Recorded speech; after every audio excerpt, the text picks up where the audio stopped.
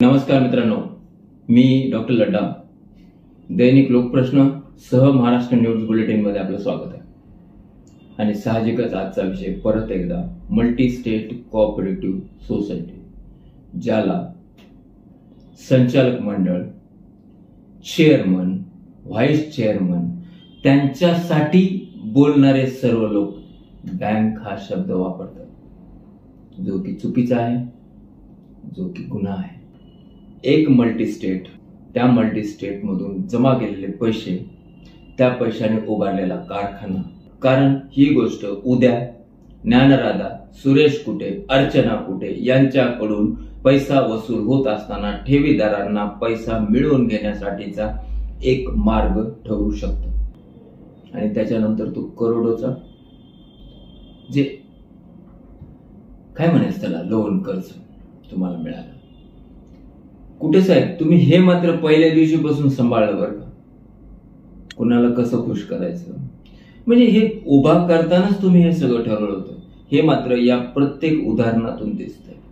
राहायला प्रश्न ठेवीदारीचा 1000-2000 ज्या काही ठेवी आहेत, तर यांच्याकडं जवळजवळ 30,000 कोटीचा ऍसेट आहे. टर्नओव्हर 15,000 कोटीचा आहे. त्याच्यामुळे कुणीही कुठे घाबरायचं कारण नाही. सगळ्याचे पैसे भेटतील, मी विश्वास देतो. मी कुणी कर्मचारी नाही, ना बँकेचा आहे, ना तिरुमालाचा आहे. मी फक्त भीतचिंतक आहे. माझे स्वतःचे 32 लाख रुपये ठेवीमध्ये आहेत. ज्यावेळेस या सगळ्या तुमच्या ज्ञानराधाचं ते काय वाजलं आणि डबघाईला आली, आता बरबादी झाली, आता पैशाचं काही खरं नाही, हे सगळं चालू असताना असंख्य लोक तुमच्यासाठी बोलायला आले. त्यातला एक ठेवीदार, जो 8 महिन्यापूर्वीची गोष्ट आहे, जो बाकीच्या जमलेल्या सर्व ग्राहकांना सांगतोय की माझे 32 लाख रुपये आहेत, पण कोणी चिंता करू नका, तुमचे पैसे नक्की मिळतील. हे चालू असताना या ठिकाणी 1 रुपयाही डुबणार नाही. ज्यांना कुठे साहेबावर विश्वास नाही अशा लोकांनी या ठिकाणी दुसरी लाईन करायची.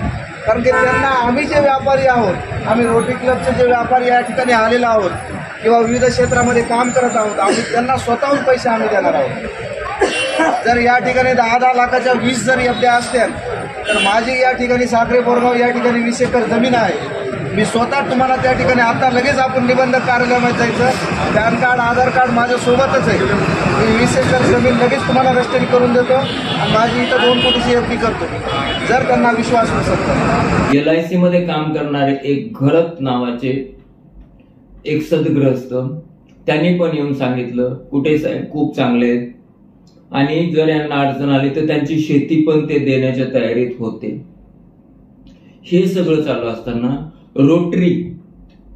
रोटरीनी पण कुठे सुरेश कुठे तुमची बाजू घेतली.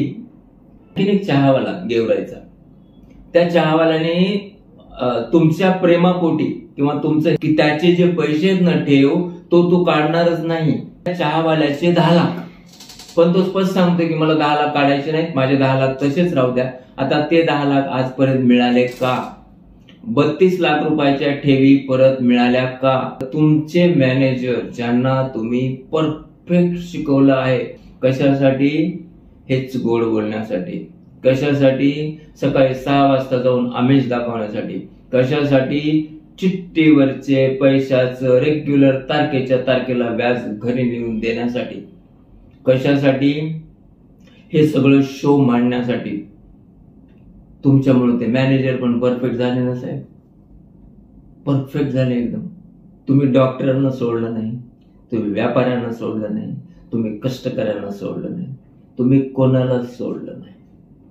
आता मला एक सांगा, परत त्या विषयावर मी येतोय. तुम्ही ज्या प्रॉपर्टीज घेतल्या, ज्याच्यावर तुम्ही लोन घेतले, त्या प्रॉपर्टीज घेण्याचं मूळ कुठं होतं? ते पैसे कुठून उभा केले? आहे का बॅलन्स शीट? असं तर दाखवलंय का पोलिसांना? दाखवलं नसेल तर दाखवावं लागेल ना. आणि त्या प्रॉपर्टीवर घेतलेलं लोन, हे शेवटी प्रॉपर्टी जर ज्ञानराधाच्या पैशातून घेतली तर त्या प्रॉपर्टीवरच्या सगळ्या गोष्टी ज्ञानराधाच्या ठेवीदाराच्या हक्काच्या आहेत. अगदी बरोबर आहे. त्याच्यानंतर तुम्ही ते पेपर्स वगैरे घेऊन येतो. एकदा तो मोठ्या फाईल होत्या, मध्येच मग ते पेपर्स, त्याच्यावर कुठे ग्रुप लिहिलं. अहो कुठे साहेब, भाबळी बीडची जनता निस्सीम प्रेम करणारी तुमच्यावरची जनता. आणि एक सांगू तुम्हाला मी, तुमच्याबद्दल ना, हे ज्ञानराधा व्हायच्या अगोदर तुमच्याबद्दल ना प्रत्येक बीडकराला तुम्हाला कोणी ओळखत नव्हतं, जे तुमच्या संपर्कात नव्हते, ज्यांना ते तुम्हाला माहित नाही, असे सगळे लोक एक वाक्य म्हणायचे मात्र, माझ्या बीड जिल्ह्याचं नाव देशात करणार आमचा कुठे. पण तुम्ही याच गोष्टीचा पूर्ण फायदा घेतला ना कुठे साहेब. या सहानुभूतीचा फायदा घेतला ना तुम्ही. लोक भोळ्या मनाने तुमच्यावर माया करायचे, तो त्यांना काय माहिती ना, हे सगळा डोलारा शोचा डोलारा तुम्ही तयार केलाय. आणि त्या डोलाऱ्याला फलटण मध्ये कुठेतरी सुरुंग लागल, काय माहित होतं त्यांना. मग त्या डोलाऱ्याला तिथं सुरुंग लागल्यानंतर तुम्ही त्याला बुजवण्याचा प्रयत्न करत आहात 8-9 महिन्यापासून. पोलिसाच्या गाडीत माजलगावला नेत असताना तुम्ही म्हणताय 2 घंट्यात पैसे येते. किती दिवस झाले, कुठे आशिष तुमचे म्हणतात की झालं आरबीआय सगळं क्लिअर आणि क्लेम काय. अरे लोय बाबा, भयानक इंग्रजी शब्द टकोऱ्यातच बसत नाही, एवढे भयानक इंग्रजी शब्द.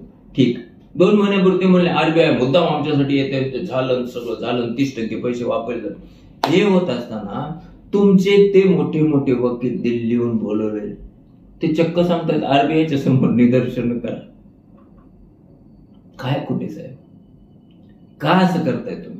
स्पष्ट सांगा नो, अवघडच आहे राव, सांगून टाका ना, बरं होईल ना. बरं ते बघा, तुमच्या कुठे गेल्या एवढ्या मोठ्या 400, म्हणजे बीड आरटीओला नोंद केलेल्या 504 गाड्या कुठे आहेत? त्यातल्या किती लोकांनी पळवून नेल्या? काही परस्पर तर विकल्या गेल्या नाहीत ना. हो, कारण की त्यातल्या बोटावर मोजण्या एवढ्या गाड्या सुरेश कुटे यांच्या नावाने. बाकी सगळ्या गोळ्या मी मागच्या व्हिडिओत बोललोय ना, ते वेगवेगळे इंग्रजी शब्द वापरून, त्या सगळ्यांच्याच नावाने. या सर्व गोष्टींचा विचार करता पोलीस यंत्रणा, जे की स्थानिक गुन्हे अन्वेषण विभाग यांनी ना या सगळ्या बारीक बारीक गोष्टीचा अभ्यास करणं जरुरी आहे. या सगळ्या गोष्टी तपासामध्ये कुठं कुठं काय काय सापडतात हे कोर्टात मांडणं जरुरी आहे.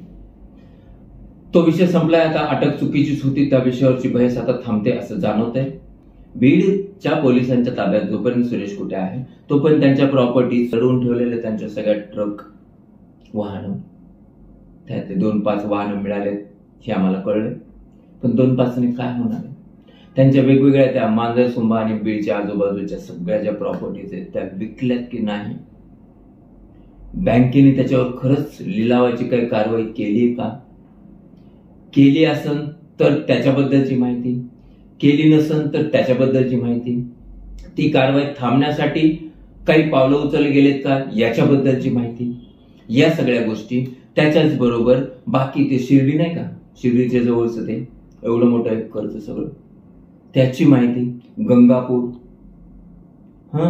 कारखाना तिथे. हो, तुमच्याकडे पैसे ठेवणारे 1 कोट 2 कोटवाला पण आहे हो. भयानक मेहनत केलेली त्याने. त्याचे 2 कोट त्याच्यासाठी ना 2 लाख, माफ करा 1-2 लाख वाला. आणि त्याचे ते 1-2 लाख आहेत ना त्याच्यासाठी कोट नाही, अब्ज त्याच्यासाठी.